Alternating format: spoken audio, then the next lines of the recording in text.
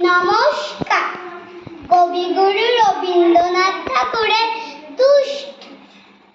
তোমার কাছে আমি দুষ্ট, ভালো যে সবাই, মৃত্যুর কালু নীলু, ভারী ভান্ডা কবাই, সতীশ ভালো, নদীশ ভালো, স্নেহা নবীন ভালো। তুমি বলো ওরাই কেমন, ঘর করে রায় আলো, মাখন বাবুর দুটি ছেলে, দুষ্টু তোমায় আর কেউ, কেটে তাদের